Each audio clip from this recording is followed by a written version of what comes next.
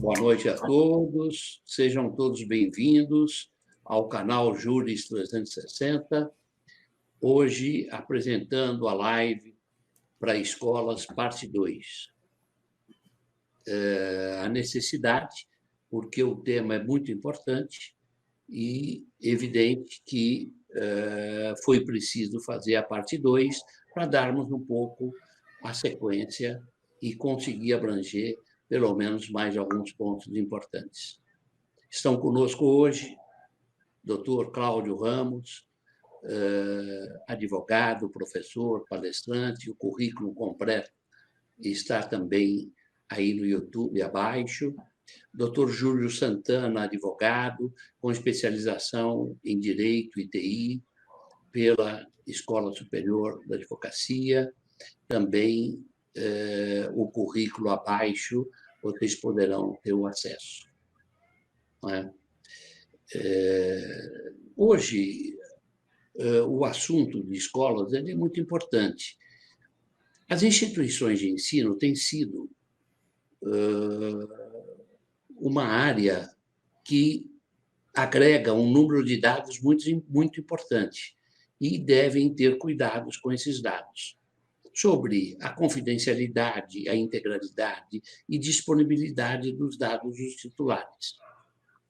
As escolas que descumprirem a LGPD estão sujeitas a penalidades administrativas, penalidades que podem ser impostas pela ANPD, que é a Autoridade Nacional de Proteção de Dados, e essas normas que foram impostas pela própria LGPD é para a proteção de dados, no caso de escolas, de crianças, adolescentes e dos titulares em geral de dados, que comportam não somente alunos, porém professores, todo o corpo docente, né?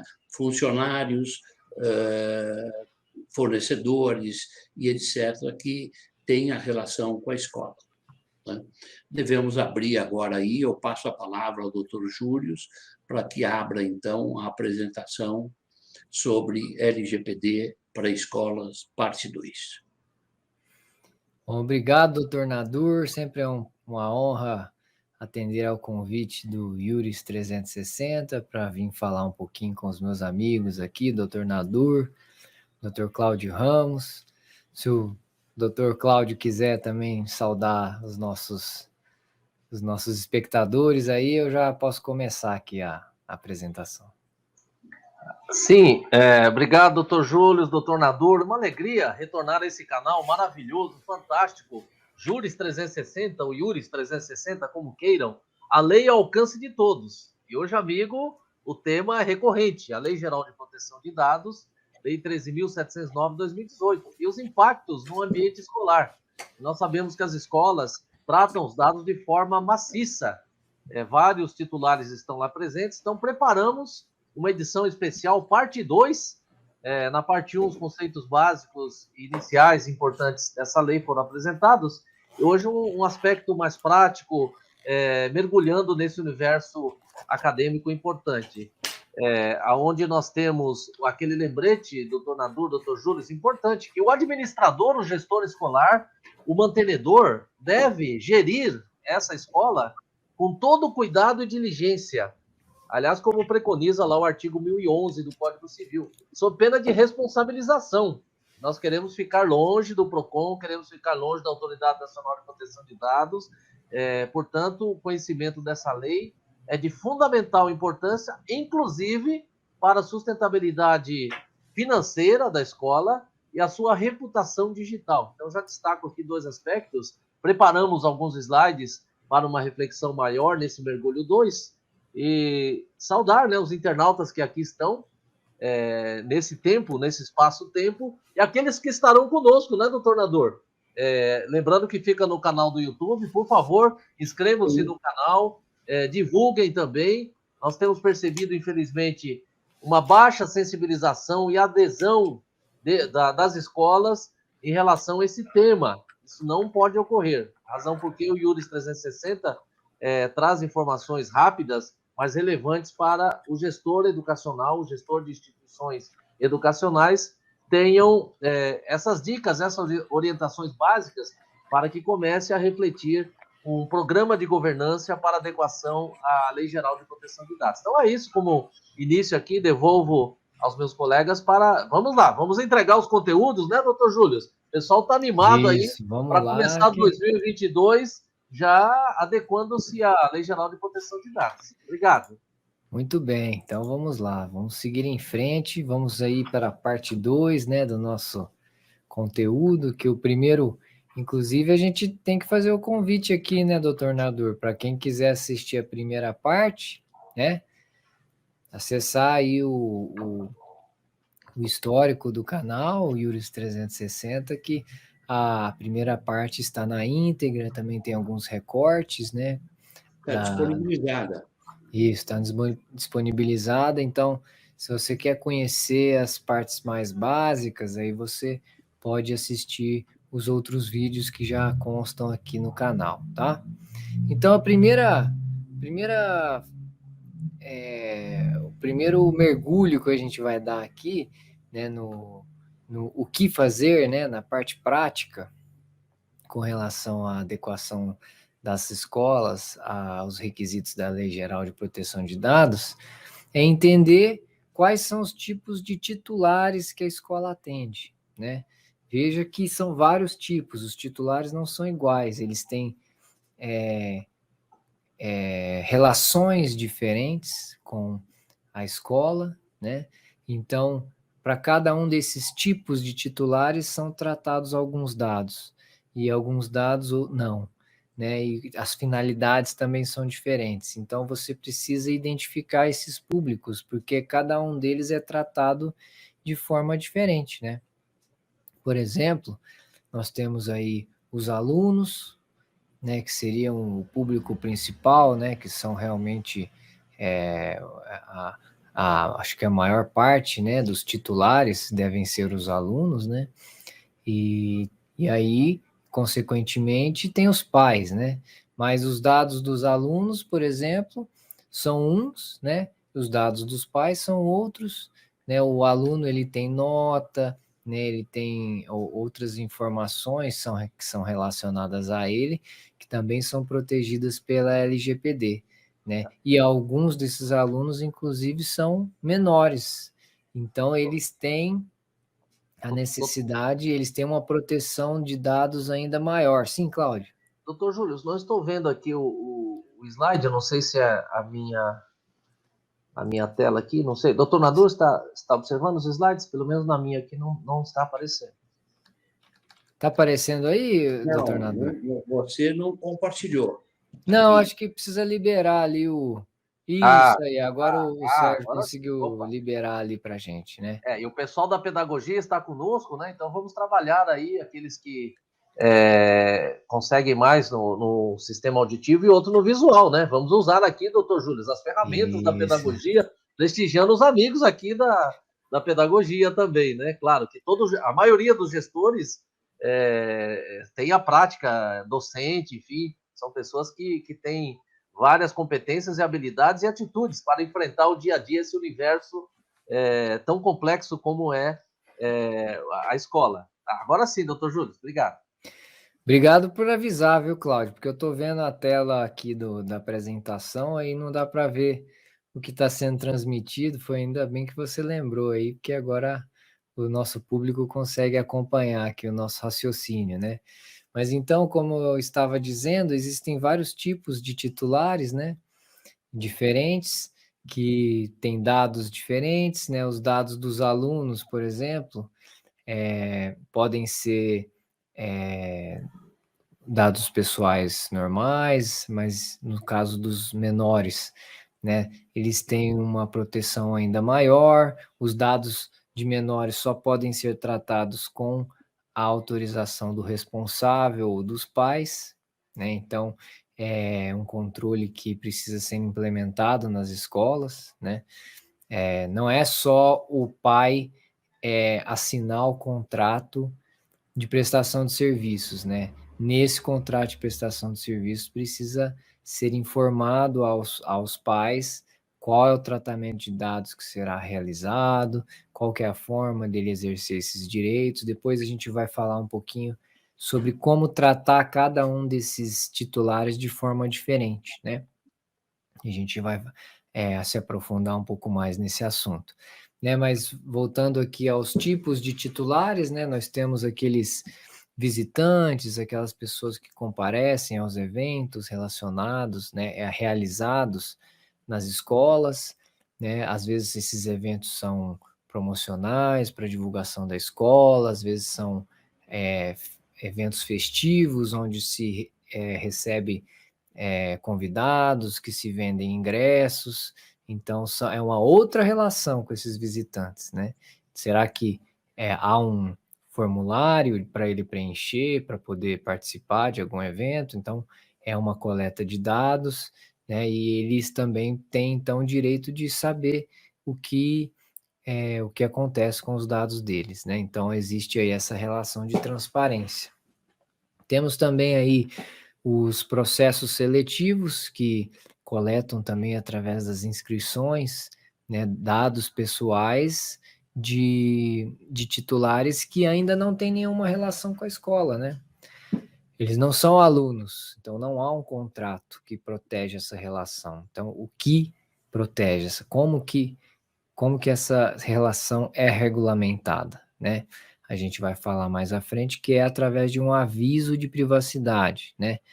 Mas você precisa, é necessário, né, avaliar também se há necessidade da coleta de algum consentimento, qual que seria a base legal para o tratamento de dados numa inscrição de processo seletivo, né? Então, é uma análise que tem que ser feita de acordo com o que acontece no dia a dia da escola, né? Doutor Então, Júlio, sim, deixa eu aproveitar e convidar os nossos amigos internautas, né? Ou jurisnautas, né? Olha, são jurisnautas também, porque estão nos júris, né? Nesse ambiente gostoso aqui da internet, buscando conhecimento, para que mandem as suas perguntas, né? Assim nós conseguiremos atender as demandas, as dúvidas da comunidade acadêmica. Então, por favor, curtam, né? Inscrevam-se no canal, mas mandem as dúvidas também. É importante. Nós vamos calibrando a apresentação à luz dessas dúvidas, dessas perguntas. E aqui eu queria, doutor Júlio, com a sua licença, falar um pouquinho sobre essa questão dos menores, né, das crianças e adolescentes, tá? A lei lá no artigo 14 exatamente exige uma proteção mais rigorosa, pontual em relação a dados de crianças e adolescentes. E o universo acadêmico atende as nossas crianças e adolescentes nesse sentido.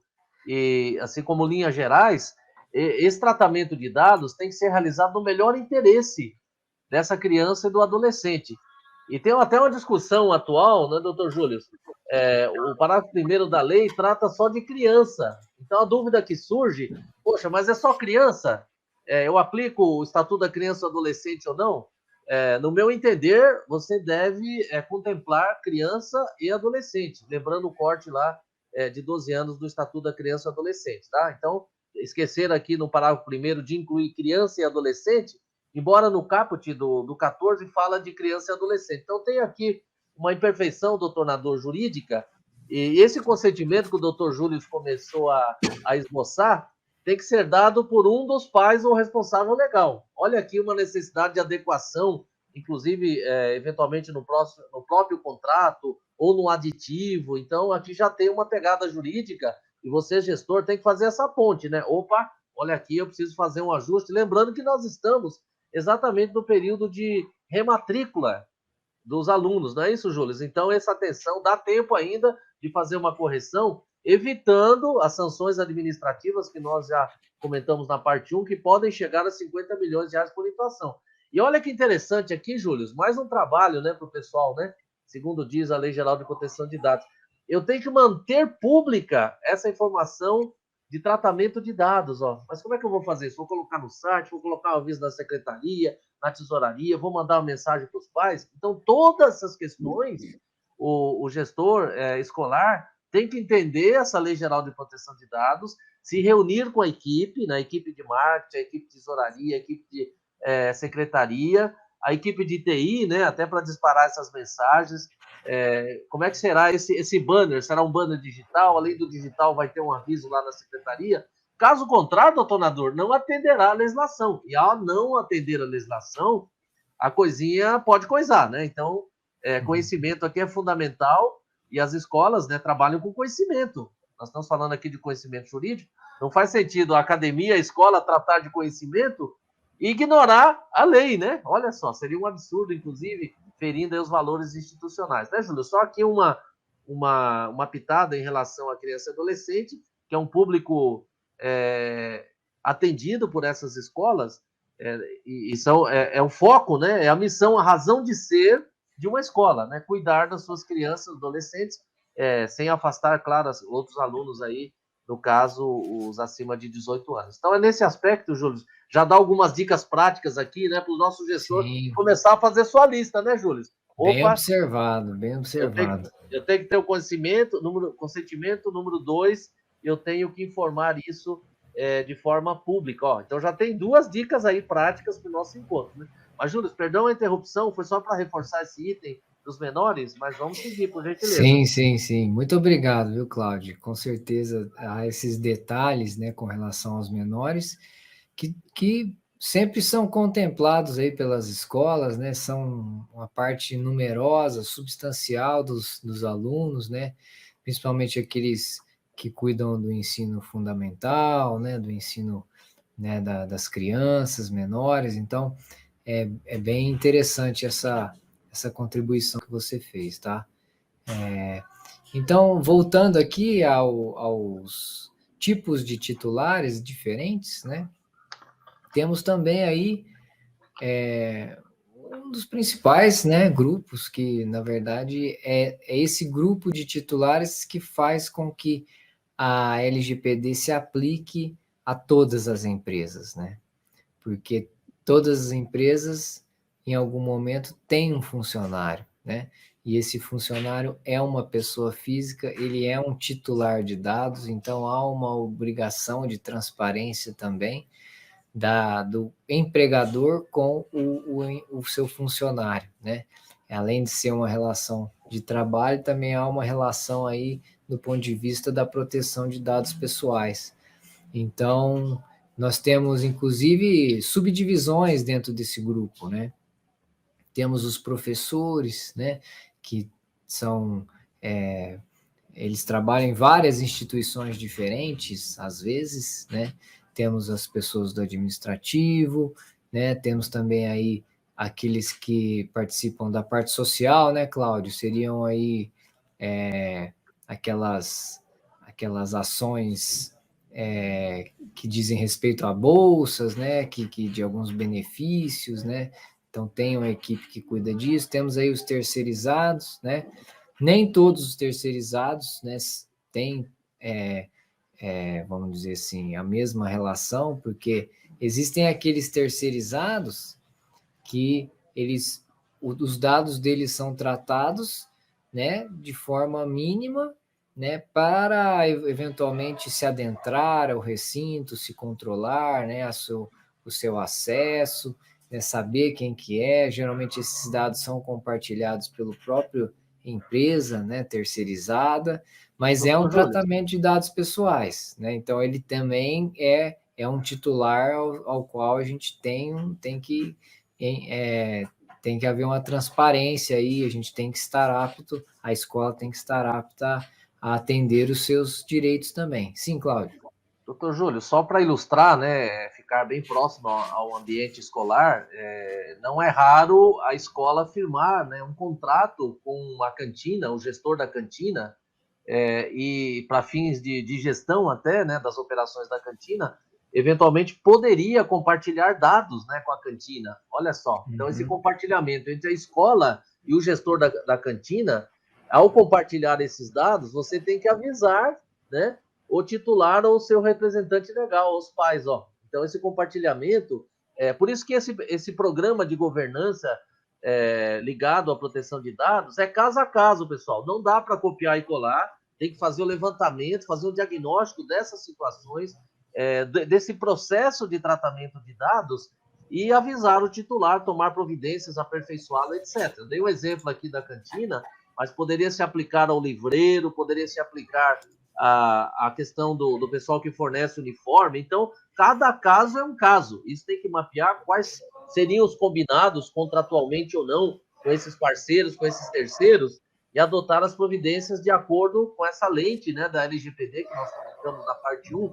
Então, pessoal, copiar e colar é o pior dos mundos, tá? Porque a sua realidade, aspas, do seu negócio é diferente de uma outra escola, mesmo dentro da mesma rede, né? Porque pode acontecer ter uma rede no estado, doutor Nadur, e uma outra escola no outro estado, com outros parceiros, com outras soluções que o gestor local adotou. E nós temos gestores mantenedoras, que atuam em vários estados, em várias cidades do mesmo estado. Então, esse olhar tem que ser apurado e verificado nesse diagnóstico, né, doutor Júlio? Então, não tem copiar e colar nesse Sem assunto. prejuízo também, né? Sem prejuízo também, né, Cláudio? Que os contratos, já falamos na apresentação anterior, sobre a verificação de como esses parceiros, se eles estão adequados à LGPD, né? Eu acho que nesse ponto cabe um pouco reforçar o que já foi dito sobre a forma que as pessoas se relacionam na parte de fornecedores e etc., onde eles concedem dados para que sejam administrados a um contador, a um contrato com RH e etc., para que sejam tratados esses dados, mas que esses fornecedores estejam de acordo com a LGPD, que tenham implementado a LGPD, e a gente observa que poucas empresas estão dando importância à LGPD por enquanto. A partir do momento em que a exigência dos pais, por exemplo, as escolas que estiverem melhor adequada à LGPD, com uma gestão mais forte sobre a LGPD, sim, vão ter a preferência dos pais, porque os dados são importantes, nós vamos ver mais à frente um pouco, quando nós falarmos sobre imagens e etc., essa importância. Eu apenas queria citar alguns dados dos comentários do Dr. Júlio, do Dr. Cláudio já fizeram, quais são os dados em si que representam as pessoas do estudante. São identidade, histórico escolar, informações médicas, telefone, e-mail, aquele estudantil, e etc. Esse trabalho também agrega várias coisas, está em muito uso, que são os trabalhos online feitos pelas escolas, que aí registram o uso de aplicativos gerados pelas instituições de ensino, coleta do IP do dispositivo. Isso faz parte, então, de exemplos de dados que vêm por parte dos estudantes. Também não podemos deixar de falar que os dados dos familiares responsáveis, a família geralmente detém, principalmente em escolas infantis, que são renda, situação civil, se é casado, divorciado, né, telefone, e-mail, escolaridade. Outros dados importantes também que representam o corpo docente das escolas e também sobre servidores públicos, que a identidade, profissão, currículo, avaliação, são exemplos que eu estou passando agora um pouco para que as pessoas tenham ideia de quais são esses dados, né? Informações geradas por usos de tecnologia que permitem a identificação dessas pessoas, como a gravação de imagem por câmeras de segurança, videoaulas, análises geradas por uso de aplicativos educacionais, e esse da parte dos docentes, né? A gente percebe que nós podemos também dar alguns exemplos de dados sensíveis, dos docentes, por exemplo. São marcações sobre cor, raça, informações médicas, opinião política e filiação de sindicatos, né? Que essas informações, eu estou citando aí alguns itens, para que quem nos assiste das escolas, da parte de administração, saiba quais são os itens considerados sensíveis dos docentes. São esses, os dados sensíveis dos responsáveis legais, como religião, dados médicos, vinculação a partido político, também são dados sensíveis, né? Esses determinados dados, né, são muito importantes, como dados sensíveis de alunos, né? Informações médicas, distúrbios e restrições alimentares, religião, dados biométricos, imagens que são consideradas dados sensíveis, né? Esses são alguns exemplos de que nós estamos passando antes de entrar mais profundamente na parte visual, que são fotos, imagens e como gerenciar isso, né? Então, essa é a minha opinião, que eu queria passar aí, doutor Cláudio, doutor Júlio, para complementar um pouco todo o trabalho aí citado pelo doutor Júlio e doutor Cláudio. Doutor Nadur, enquanto o senhor falava, eu lembrei do caso que o doutor Júlio sempre traz à tona, ações no judiciário, né, movidas por sindicatos contra empresas. Aí eu incluiria, inclusive, né, doutor Júlio, um potencial seriam as escolas, questionando, né, se a empresa, no caso, as ações que nós temos ciência, sindicato dos empregados acionando a empresa, questionando se a empresa estaria cumprindo a Lei Geral de Proteção de Dados. Então, esse risco existe também, né, doutor Júlio, para as escolas. Nós não temos ciência de nenhum sindicato de professores, exemplo, ou de auxiliares, que manejaram ações contra a escola, discutindo, né, se a escola protegeria os dados dos seus empregados, como o doutor Júlio já comentou. Então, aí acende uma luzinha amarela para que você, se questionado pelo sindicato, né, dos empregados ou dos auxiliares, que você esteja, né, torcer para você estar adequado, porque isso tem sido suscitado no Poder Judiciário. Não é isso, doutor Júlio? Só dá aqui um momento aqui de susto, né? Mas para você, gestor, ficar de olho, um olho no gato, outro no peixe, como diria o pessoal, né? Jovem há mais tempo, não é assim?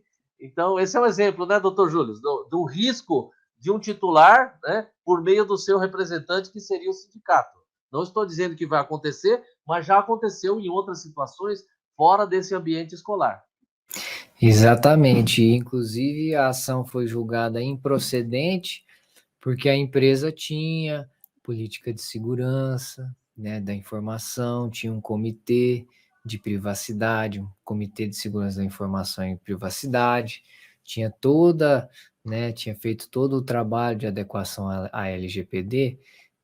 Então, o juiz entendeu que não havia motivos para se imaginar, né, na falta de um fato concreto, né, não é porque simplesmente a pessoa está dizendo que os dados estão sendo tratados de forma irregular que necessariamente a empresa precisava ser condenada. Muito pelo contrário, ela trouxe evidências fortes que, inclusive, fez um treinamento de conscientização dos funcionários, né?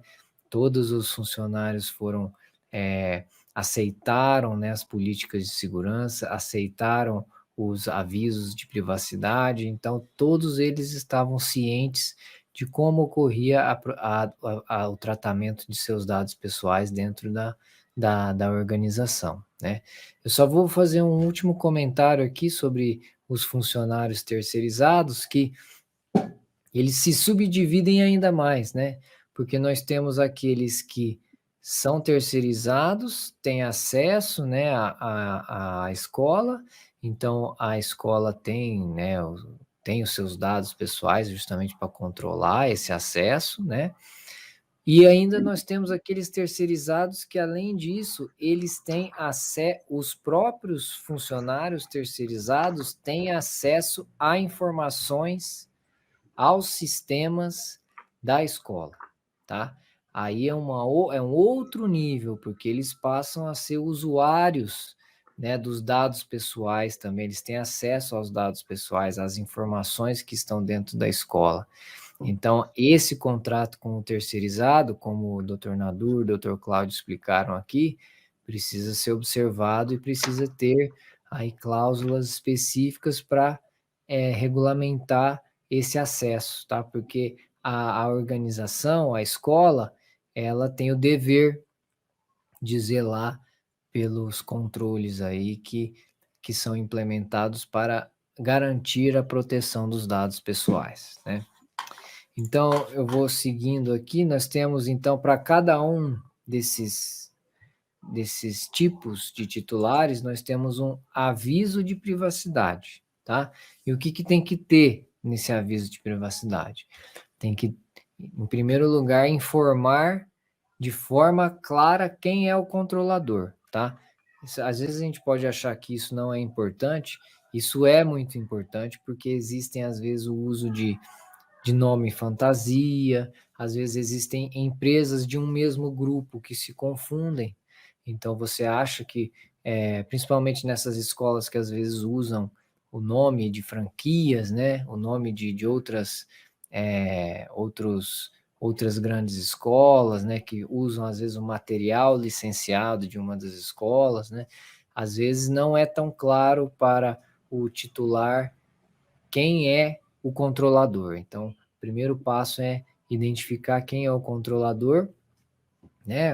Razão social, CNPJ, tá? Qualificação completa, quanto mais completo, melhor, né?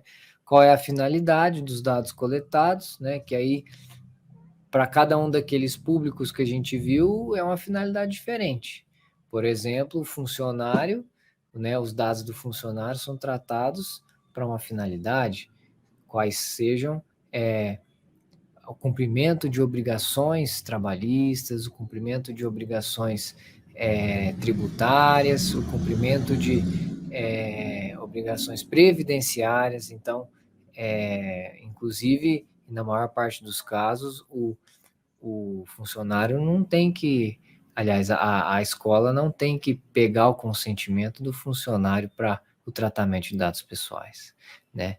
Que também isso não é absoluto também, porque existem ocasiões na relação de trabalho em que é necessário o consentimento, que é quando há o compartilhamento de dados do funcionário para alguma empresa de benefício, né? Para um convênio, né? Para Farmácia, né? Por exemplo, né? farmácia, Clube de exatamente. campo, né? Então, há um compartilhamento que está fora do contrato, não é uma coisa obrigatória, né? Não é uma obrigação legal, né? Então, nesse caso, ele precisa ter o consentimento, que é o próximo item aqui dessa lista, que é o compartilhamento. A gente precisa dizer para esse titular se há o compartilhamento de dados ou não, né? E para quem é, né? E aí temos aí também a indicação dos operadores, né? Que também pode constar no aviso de privacidade, que os operadores são os fornecedores que eventualmente fazem algum tratamento de dado pessoal, né? É importante também mostrar para o titular, informar o titular da forma na qual exerceu os seus direitos, né? Com quem que ele tem que falar, o titular, né? E é por isso que a LGPD estabelece que todas as empresas têm que ter um encarregado de proteção de dados. É para não ter aquela coisa de, não é comigo, é com o outro, precisa ter uma pessoa certa para se comunicar com o titular. O titular já tem que saber quem é. Então, nesse item na forma, no momento que está se informando para o titular a forma de exercer os seus direitos, é que você, então, apresenta o canal, seja ele um e-mail, um telefone, um contato de um funcionário interno que vai cuidar disso, isso já consta no aviso, né? No caso dos sites, né? No caso dos avisos de sites, aí é interessante colocar a questão dos cookies, né? Se o site captura alguma informação, né? Informar ao usuário, então, que ele está tendo alguns dados sendo coletados, né? E, inclusive, esse é um grupo que não constou na lista anterior, mas é importante colocar que o usuário do site é um titular também à parte de todos aqueles que estão lá, né? É importante também informar os direitos do titular, né? A LGPD estabelece também um pouco essa obrigação do controlador de informar a ele quais são os seus direitos, né? Que aí a gente viu na apresentação anterior quais são, né? Tem o direito de ter acesso à informação, né? O direito de pedir a correção, o direito de pedir a eliminação, né? Então, é importante ter um tópico com esses itens, né? E se há a coleta do consentimento ou não, né? Isso também é informado no aviso. Fala assim, olha, nós tratamos os seus dados, né? Por conta, a gente só pode tratar os seus dados com o seu consentimento, ou a gente trata os seus dados por uma obrigação legal, né? Então, seria como informar aí as bases legais, né? Pelas quais ocorre o tratamento de dados pessoais, né? Doutor Júlio, Sim. Só para deixar claro para os nossos amigos que aqui estão, qual a diferença entre avisos de privacidade e política de privacidade? Tem tido, acho que, uma certa confusão, né, nesse aspecto. Ah, sim, importante. Bem observado, Cláudio. A política de privacidade, ela diz respeito a todos os titulares, né? São os princípios, são diretrizes que a empresa estabelece, né? Onde ela define a forma com a qual ela irá tratar os dados pessoais, irá respeitar a privacidade, né? Então, é uma política que ela é geral, né? Ela atende a todos os titulares, né? E aí, cada titular depois, como ele é tratado de forma diferente, ele tem um aviso específico. E é por isso que existe essa distinção entre a política de privacidade e os avisos de privacidade, né? Ah, mas no meu site tem política de privacidade. Tudo bem, pode ser que na sua estrutura de governança você tenha várias políticas de privacidade, mas é importante então que você as distingua, né? Porque você tem uma política, você pode ter uma política de privacidade para o site, mas ela não é a mesma política de privacidade que vai se aplicar numa relação de trabalho, por exemplo, né? Ou numa relação comercial com o aluno, com os pais dos alunos. Então, por isso que, tecnicamente falando, né, a norma técnica que estabelece, padroniza os avisos de privacidade, sugere, então, a adoção desse formato, para ficar mais fácil, né, dentro da estrutura de governança da empresa, distinguir o que é uma política e o que é um aviso, né? O aviso porque às vezes você não precisa pegar o consentimento. Então, se você não precisa pegar o consentimento, não precisa fazer ele assinar um termo de consentimento autorizando o tratamento dos dados pessoais, o que você vai fornecer para ele, então? Né?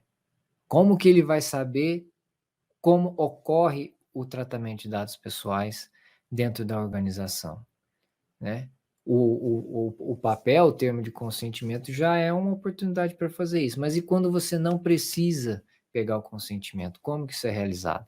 É através do aviso de privacidade, porque você só precisa informar ele, você só precisa criar a evidência, né? Ter a evidência, ter uma prova de que você cumpriu com o seu dever de transparência, que é informar ao titular de como ocorre o tratamento de dados pessoais na organização, né?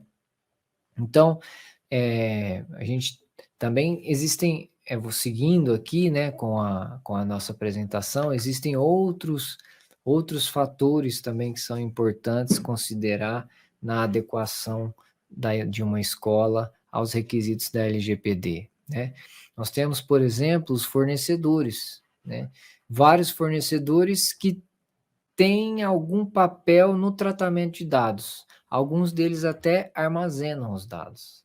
E o armazenamento, ele é uma operação de tratamento, então ele está dentro do que consta na LGPD. Ele deve ser feito de forma regulamentada. Então, toda vez que você tem uma outra empresa tendo acesso aos dados pessoais que você tem controle, que você tem obrigação de zelar, então como que você consegue regulamentar essa relação, né?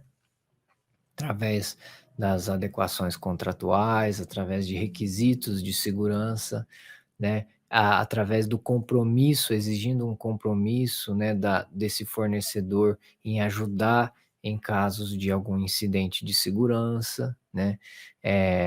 Realmente para poder, isso inclusive faz parte da geração das evidências necessárias para proteger a escola num eventual incidente, né? Porque a gente tem que ter a capacidade de mostrar que a escola tomou todas as medidas necessárias para proteger, né? E não agiu com negligência. Então, a primeira coisa é entender ali quem são os fornecedores de software, ali aqueles da secretaria, que controlam também aí a parte pedagógica, que também às vezes tem lá o cadastro do aluno, né? Tem aí informações, dados pessoais, que dado pessoal não é só RG, CPF, não, endereço, essas coisas. As Doutor Júlio, notas também são dados pessoais, sim, claro. um exemplo, os sistemas hoje de gestão acadêmica têm até as ocorrências, né, do próprio aluno, né? Dia tal aconteceu tal, né? Olha, até Isso. confusões no pátio, outras questões pedagógicas e até disciplinares. Olha a proteção desses dados, né? Às vezes a gente esquece disso. Antigamente era um caderno, né? Mas hoje o docente ou o inspetor entra lá no sistema, dia tal, aconteceu tal, foi orientado tal, convocado o pai, a mãe, etc. Então, olha só, isso é dado. Quem pode ter acesso? Todo mundo? Não só o coordenador, enfim, o diretor. Como é que funciona isso? Então, tudo isso tem que ser revisto e garantir a proteção, inclusive, para os acessos, né, doutor Júlio? Lembrando que a Lei Geral de Proteção de Dados, o doutor Júlio falava aqui, eu estava relembrando aqui o que é tratamento de dados, né? E tem a carinha aqui da escola, que é um negócio impressionante, ó. A escola faz quase tudo isso aqui, Júlio, ó, coleta, produz, né, dados, né? Inclusive as notas, né, não é, do pessoal, recepciona dados, olha só, quantos dados ela recepciona, inclusive para candidatos, alunos. Ela classifica dados até para uma promoção até do próprio aluno. Então, ela utiliza de forma maciça, ela reproduz, ela transmite. O doutor Júlio enfatizou a questão do armazenamento, né? Acho que ele vai abordar com mais ênfase isso. E depois que o aluno vai embora, a eliminação dos dados, né? Não só o aluno, como os funcionários também, os professores. Enfim, o artigo 5º, inciso 10, tem lá 20 opções, né? 20 gêneros de tratamento de dados, e tem aqui a escola, acredito que ela utilize aqui mais de 50% dessas 20 hipóteses de tratamento de dados, doutor Júlio. Então, um ambiente de alto patamar de tratamento de dados, e o gestor escolar tem que ficar atento a isso. Essas dicas que o doutor Júlio já nos trouxe, gerar evidência, sensibilizar a equipe, registrar que houve orientação, adotar aviso de privacidade, política de privacidade. Nós já mapeamos, né, doutor Júlio, mais de 150 ações, tá? Para um programa de governança buscando a proteção de dados. Então, quem está anotando aí do outro lado, a lista cresce, viu, pessoal? Mas é assim mesmo, considerando a complexidade do ambiente acadêmico, do universo acadêmico. Mas, por favor, doutor Júlio, vamos lá. O tempo é sempre contra nós, ó. É muito Sim, rápido. sim, sim, exatamente. Então, temos aí também, por exemplo, fornecedores externos que, por exemplo, tomam conta do monitoramento, né, das câmeras. Existem empresas terceirizadas, né?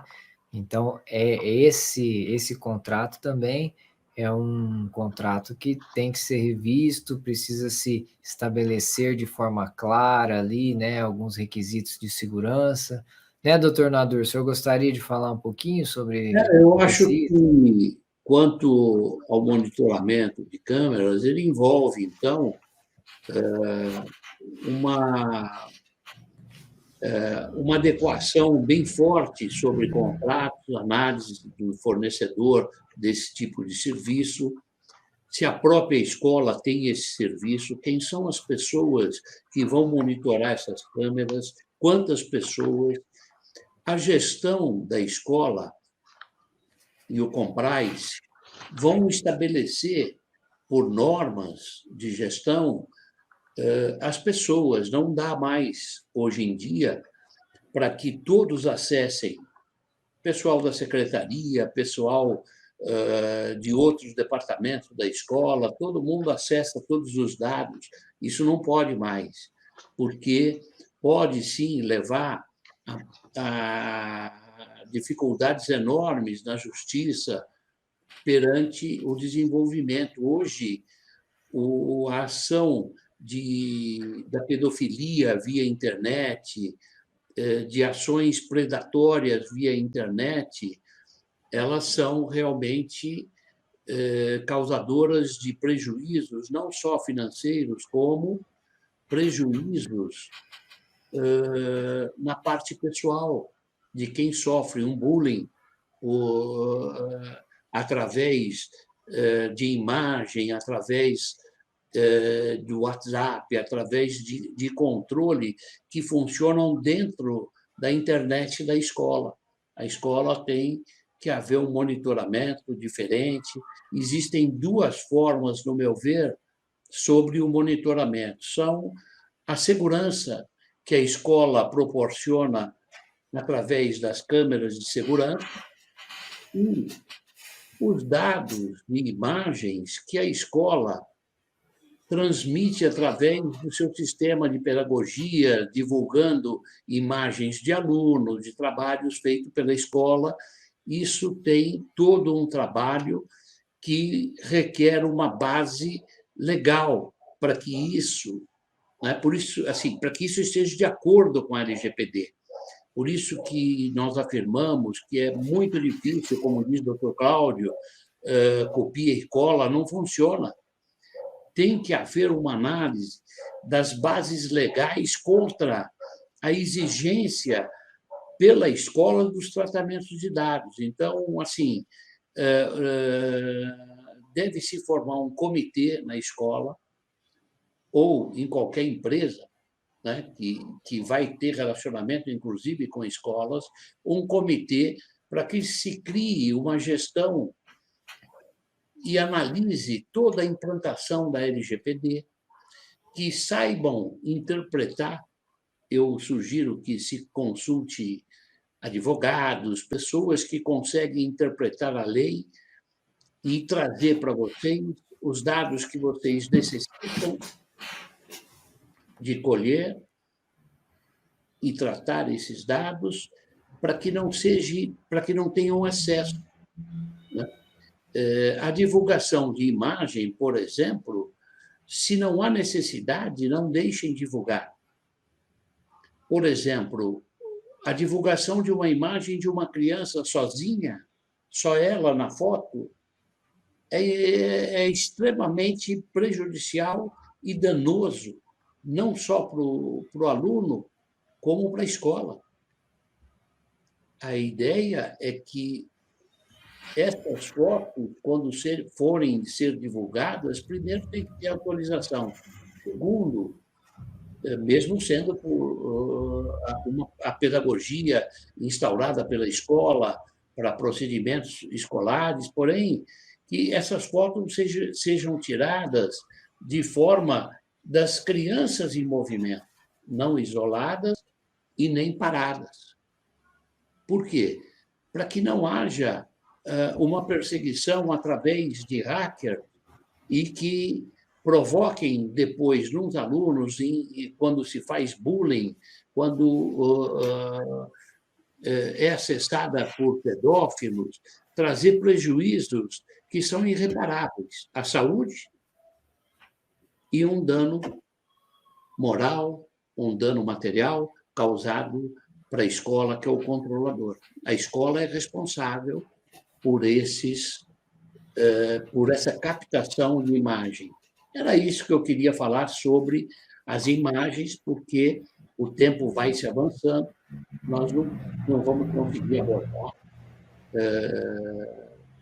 de toda maneira, a forma mais profunda que nós gostaríamos sobre o tratamento de imagens de crianças, adolescentes e também de titulares maiores.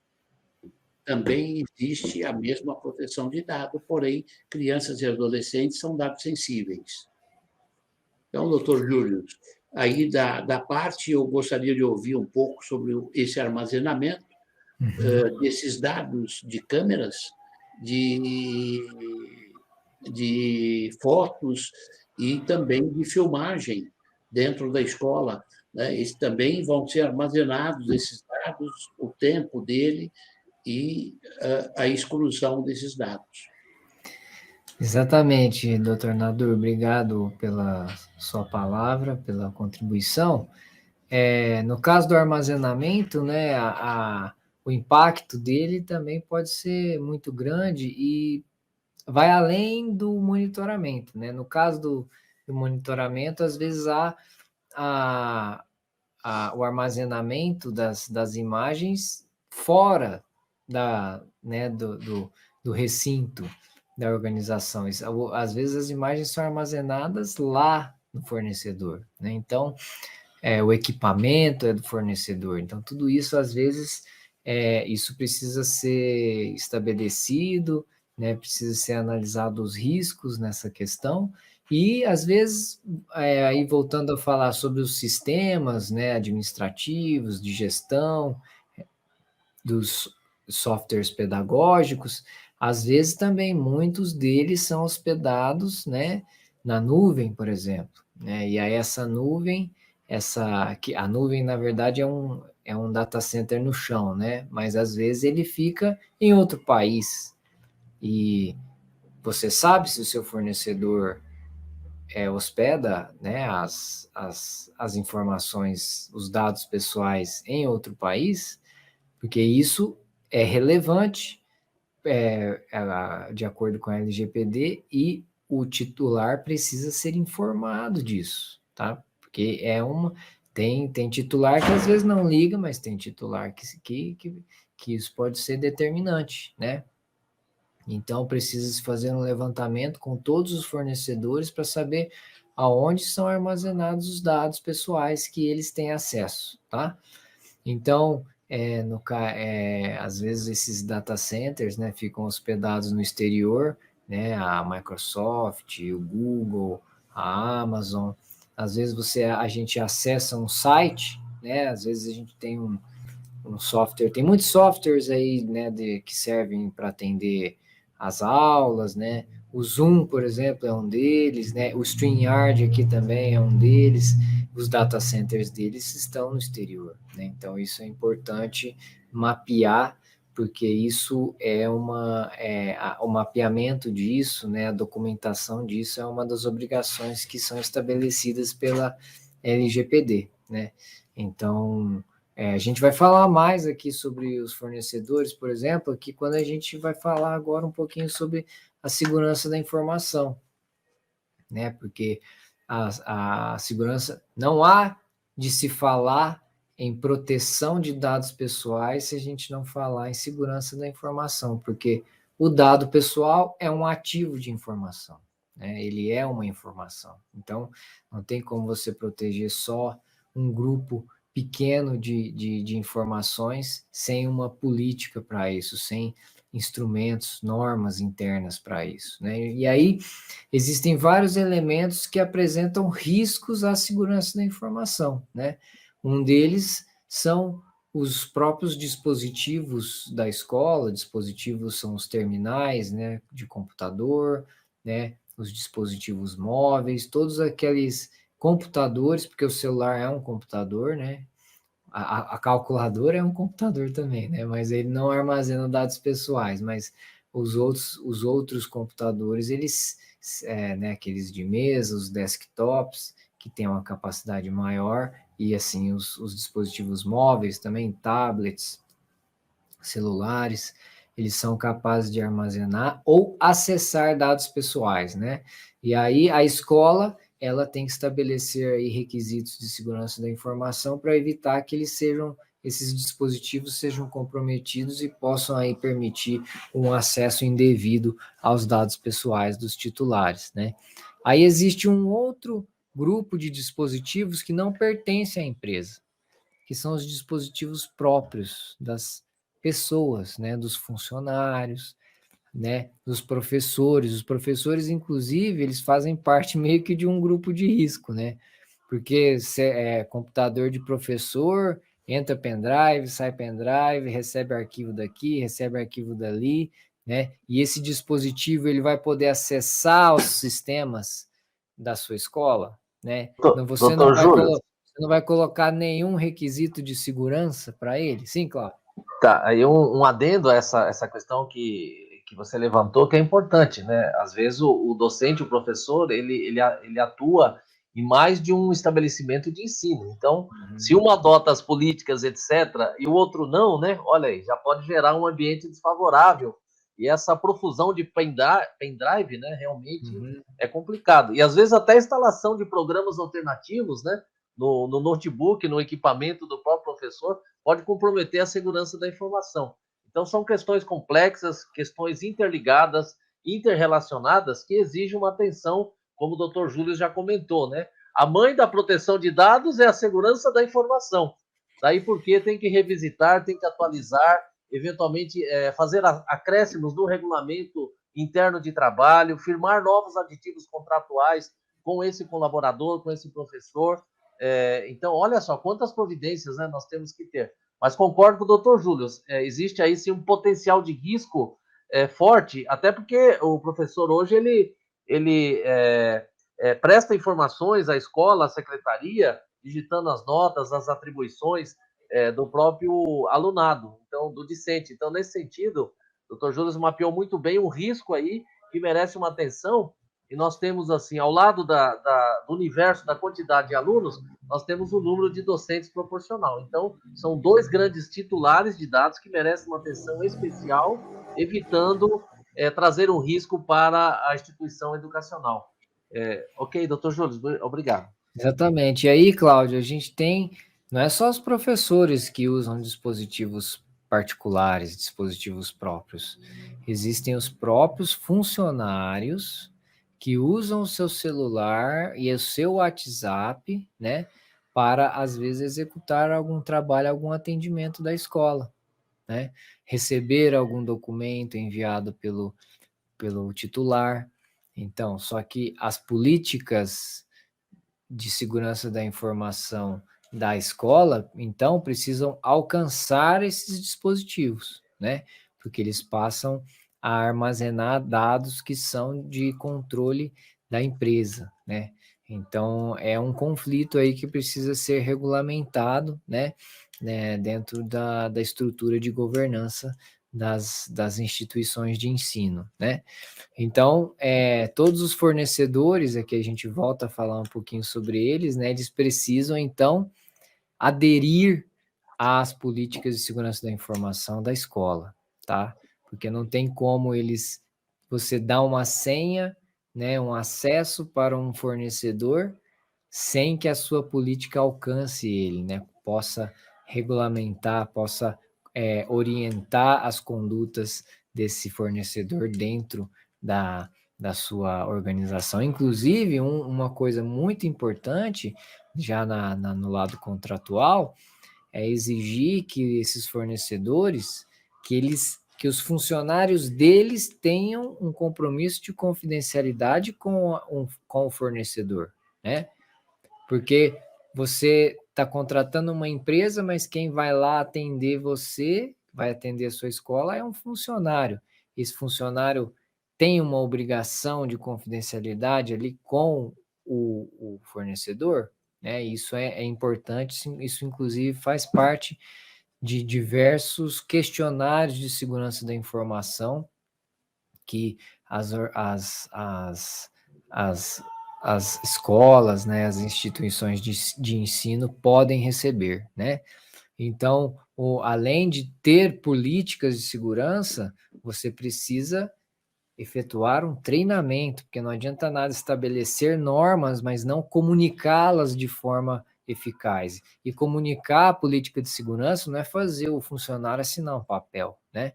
Assinar um papel de que ele leu, né? E concorda. Ele precisa ser orientado mesmo de questões práticas, né? Nós temos aí, inclusive, nos treinamentos que a gente realiza, né?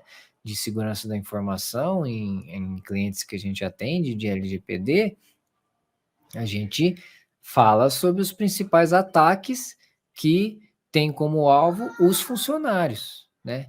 Ataques de phishing, por exemplo. Phishing é quando um atacante, um hacker, ele envia um e-mail para o seu funcionário, se fazendo passar, às vezes, por um fornecedor, se fazendo passar por alguém da diretoria. E aí existem diversas vulnerabilidades a serem exploradas, não é nos sistemas, é nas pessoas. Uma das maiores superfícies de ataque das empresas, do ponto de vista da segurança da informação, não são os sistemas, igual a gente pensa, né? Os sistemas hoje dispõem de diversos mecanismos de segurança, né? Mas as pessoas não têm mecanismos de segurança. Então, eles são o ponto mais vulnerável. Então, às vezes, é mais fácil você conseguir uma credencial, um usuário e senha válidos, né? É mais fácil conseguir isso de uma pessoa do que você efetivamente quebrar a segurança de um sistema, né? Então, e existem diversos golpes diferentes, diversos tipos de ataques diferentes que têm como alvo os funcionários, né? Existem ataques que, por exemplo, induzem o funcionário a, né, a entregar a senha dele. Ele recebe um e-mail e às vezes ele recebe um e-mail assim, olha, sua senha foi comprometida porque tentaram efetuar um acesso indevido, clique aqui para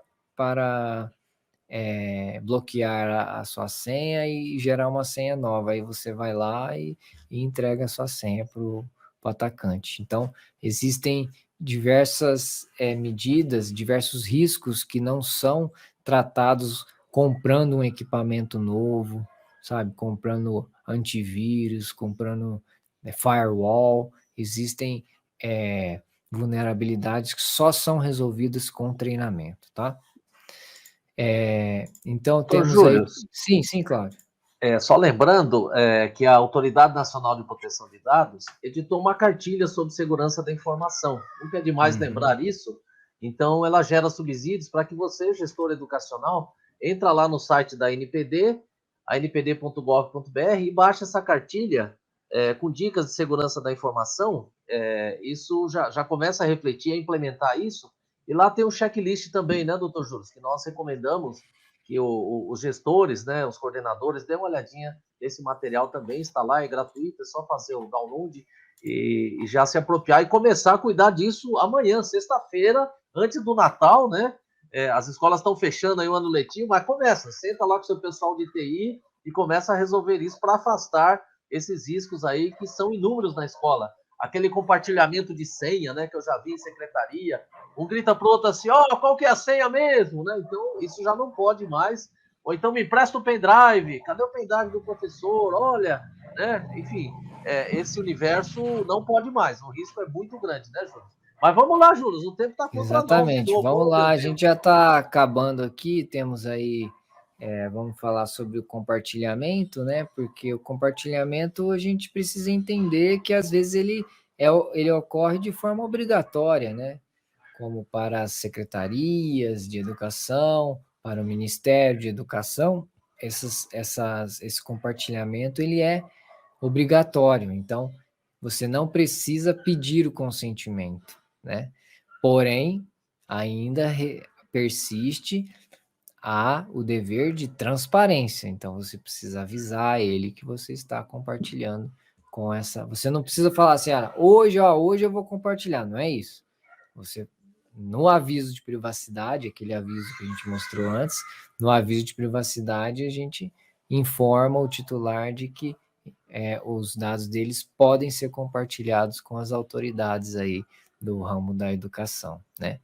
E existem também os compartilhamentos que são opcionais, aí você precisa realmente que o titular esteja de acordo com esse compartilhamento, né? Então, se parte do conteúdo programático, né, da sua escola é fornecido por um parceiro, né, seja ele na parte de educação física, numa aula de inglês, numa aula de música, alguma atividade externa, né, se é uma outra empresa, né, há um compartilhamento, então, dos dados pessoais do aluno para uma outra empresa, para um outro controlador, eventualmente. Então, isso precisa ser objeto aí de um consentimento, sim, tá? Não, às vezes do aluno, às vezes do seu responsável, né?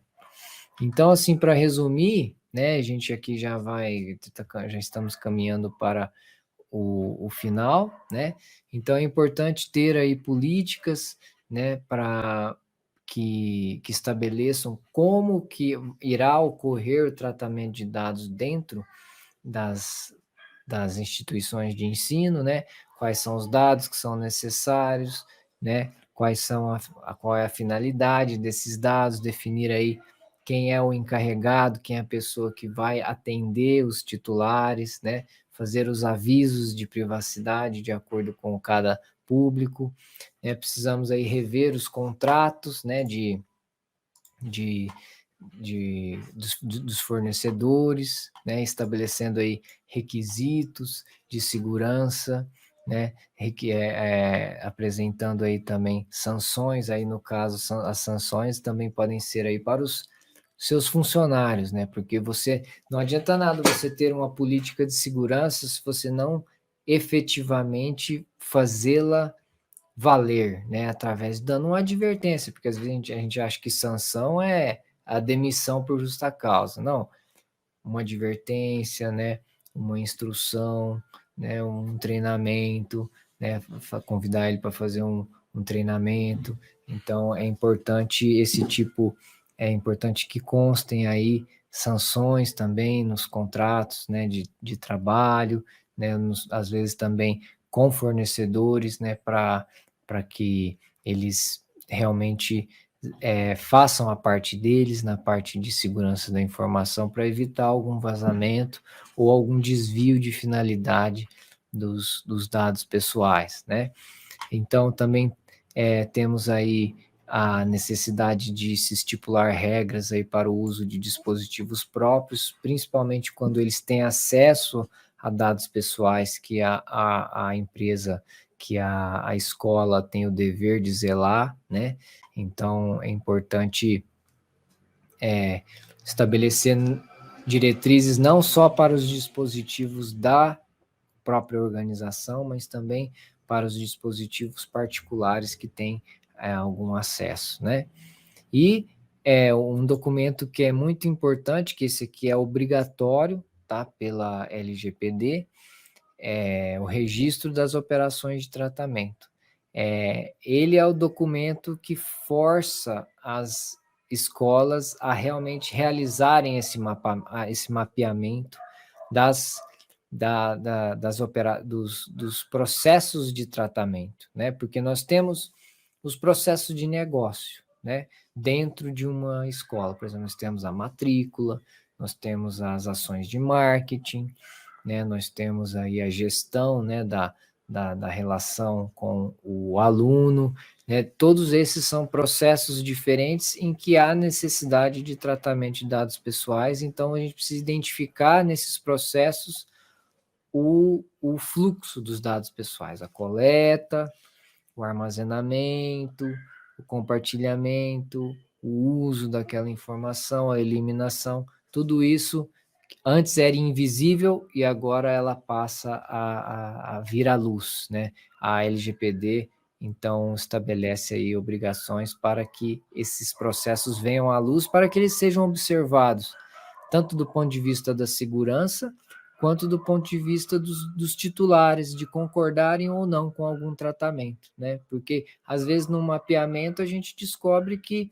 a empresa compartilha os dados pessoais com um fornecedor com o qual ele nem tem contrato, né? Então, será que todos os pais vão concordar com isso ou não? Eles só podem concordar ou não se eles souberem, né? Então, a LGPD traz esse elemento, né? Esse documento, que é o registro das operações de tratamento, que aí todas as escolas têm que ter. Não só as escolas, mas inclusive os órgãos públicos, né? E todas as outras pessoas jurídicas que efetuam tratamento de dados pessoais, né? Então, era isso, tá, gente? Não sei se o Dr. Cláudio, o Dr. Nadur aí tem alguma contribuição, se quiserem.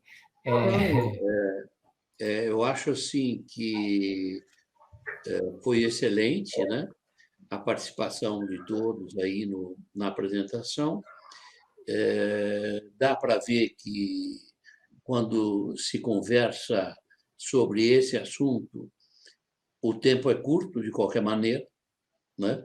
Não se abrange. Eu, por exemplo, recomendaria às escolas iniciarem rapidamente o tratamento de dados através da implantação da LGPD, para que as coisas comecem a tomar um sentido dentro de cada escola, né?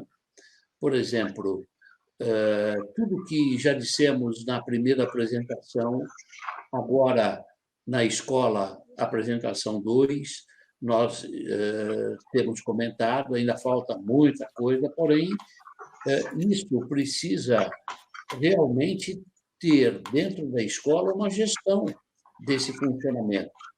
Tem algumas regras e alguns passos em que a escola deverá ordenar tudo isso que foi dito, né? Ouvindo apenas os comentários e nossas opiniões a respeito de LGPD, não basta para a escola. A escola, ela precisa realmente definir o que fazer. Então, ela tem que iniciar formando um comitê. Esse comitê ele vai criar regras da gestão. Depois, ela pode formar toda a ação que vai ser feita com os dados, como vai ser colhido esses dados, como eles vão ser tratados e o fluxo desses dados.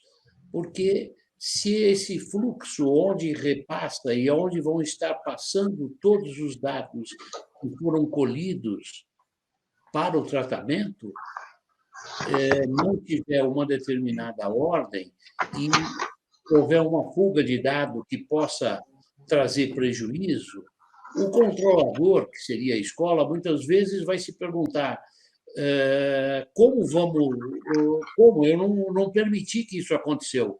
Porém, saiu através de um hacker que entrou, através de um funcionário que vendeu dados, que compartilhou dados com fornecedores errados.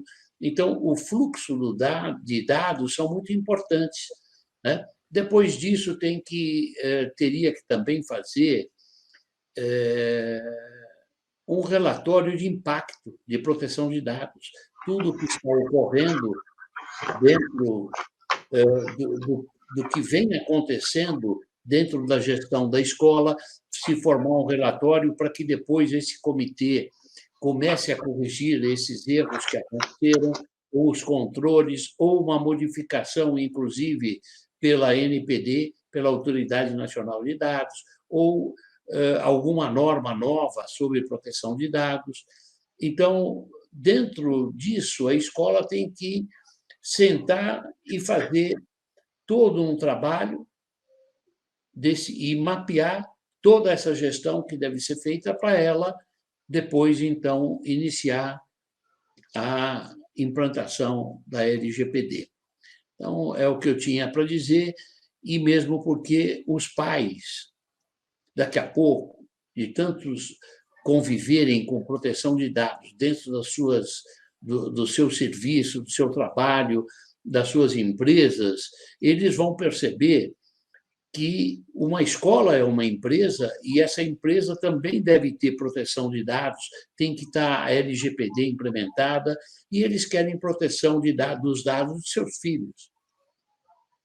É evidente que a escola que não estiver preparada, evidentemente, vai começar a perder terreno na competitividade e sobre a busca de alunos, matrículas de alunos, porque os pais vão começar a exigir. Isso é como o Código de Defesa do Consumidor, que a início não parecia nada, porém, hoje o Código de Defesa do Consumidor é até obrigatório ter um exemplar nos balcões de qualquer venda a varejo, inclusive, né? Tudo que se faz sobre garantia de qualquer tipo de produto é baseado no Código de Defesa do Consumidor e a proteção de dados, ainda tão importante quanto, e também recebe a proteção do Código de Defesa do Consumidor, também é importante que tudo isso a escola comece a pensar e comece a trabalhar na gestão de implantação de dados, né? Eu agradeço a participação do Dr. Cláudio, Dr. Júlio, sempre brilhantes na maneira de apresentar aí a nossa live sobre o tema LGPD. Vamos estar apresentando outros temas também que já temos divulgado aí através do Juris 360. E passo a palavra ao Dr. Cláudio, Dr. Júlio, para o encerramento deles na participação da live. Queridos amigos, doutor Nadur, doutor Júlio, é uma alegria, né? Estamos aqui em pleno dezembro, né? Acho que encerrando... Ainda não, temos uma outra live, né? Acho que semana que vem, voltado aí aos templos e às igrejas sobre LGPD, com esse olhar mais específico desse segmento, desse setor, importante também para nós. Mas eu acredito que as escolas estão sensibilizadas, receberam informação, lista de ações. Então, tem um rico material gravado para que o gestor se ocupe desse tema para 2022.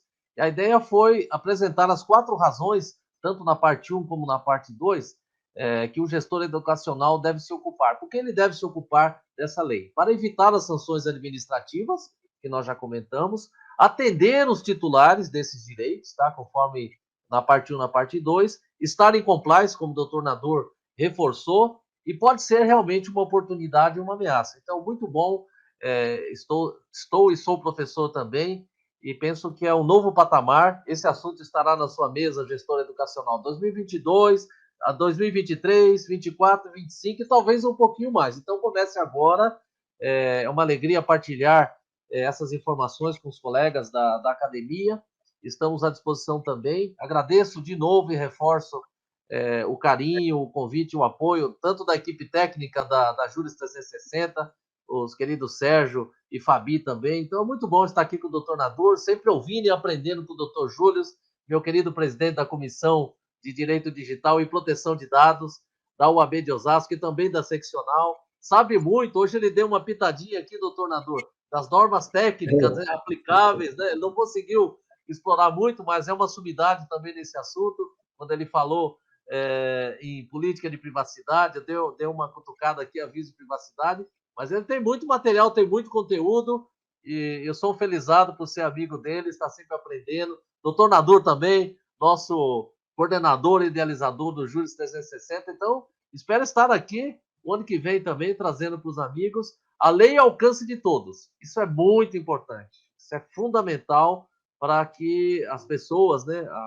o indivíduo, os brasileiros tenham essa cultura, esse olhar, que é o movimento de proteção de dados, é internacional, não é invenção do Brasil, não, é algo além, e a NPD está a plena carga, doutor Nadur, daqui a pouco já começam a vir as sanções aí, então nós já estamos atrasados, gestor educacional que ainda não se adequou, então deixo o meu boas festas, um excelente ano, e estamos vencendo aí essa pandemia, com muito trabalho, com muito planejamento, com conhecimento, com habilidade, principalmente com atitude vencedora, atitude de pessoas responsáveis e protegendo as nossas crianças e adolescentes, né?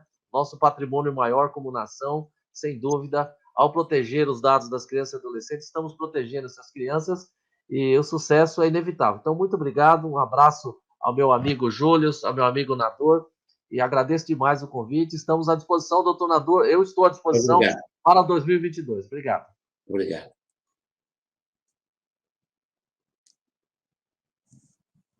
Tá mudo aqui, ó. Tô dando um obrigado aqui, ninguém tá ouvindo. Mas eu queria agradecer ao Dr. Nadur novamente pelo convite. Continuamos à disposição aqui do Juris 360 para poder conversar sobre qualquer assunto. Tá? Agradecer ao meu amigo Cláudio também, presidente da comissão do terceiro setor, né, Cláudio? Lá da OAB de Osasco, né? Inclusive, ele estará lá na cerimônia dia 17, né, para distribuir as carteirinhas aos advogados, né, da seccional da OAB Osasco, né? Eu, infelizmente, não poderei estar presente, mas também aprendo demais aqui com o Cláudio, com o Dr. Nadur, e é sempre uma oportunidade de crescer um pouco mais a cada encontro, né? Espero encontrá-los pessoalmente aí em breve, se Deus quiser, né? Agora que se bem que tem a Omicron aí agora, e aí não sei se a gente vai, né? Se a gente pode se ver, se a gente não pode se ver, São Paulo, não sei o quê, né? Então vamos ver né? Porque a gente não pode mais encontrar sem consultar os outros familiares, né? As pessoas que moram com a gente na mesma casa. É verdade. A gente tem tudo isso a se considerar, mas fica aqui o meu agradecimento a vocês e aos que nos assistem, né? Também muito obrigado. Se vocês tiverem alguma pergunta, alguma questão que não ficou resolvida, né? Podem entrar no canal que entra, doutor Nadur, aqui para enviar perguntas, pode né? entrar através do canal, pelo WhatsApp e pelo site do juris360.com.br. Isso, perfeito. Então é isso, muito obrigado. Eu vou a palavra ao doutor Nadur.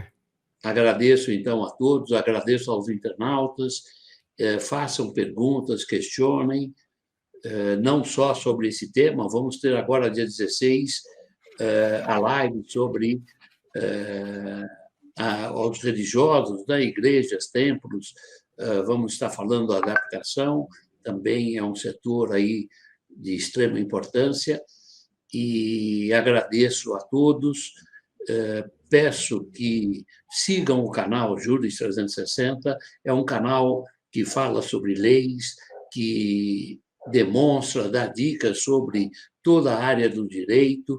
Nós temos advogados especialistas em diversas áreas que possam, então, levar até você informações que possam lhe interessar. Né? Então, sigam o canal, divulguem o canal Juris 360, é muito importante para que as pessoas tomem conhecimento de tudo que estamos apresentando, que são material muito importante para que as pessoas tomem suas decisões. Agradeço, então, aos internautas, a participação da minha equipe, né, do Juris 360, e também ao Cláudio, Dr. Júlio, e até dia 16 estaremos juntos novamente. Obrigado a todos. Obrigado, até mais. Obrigado.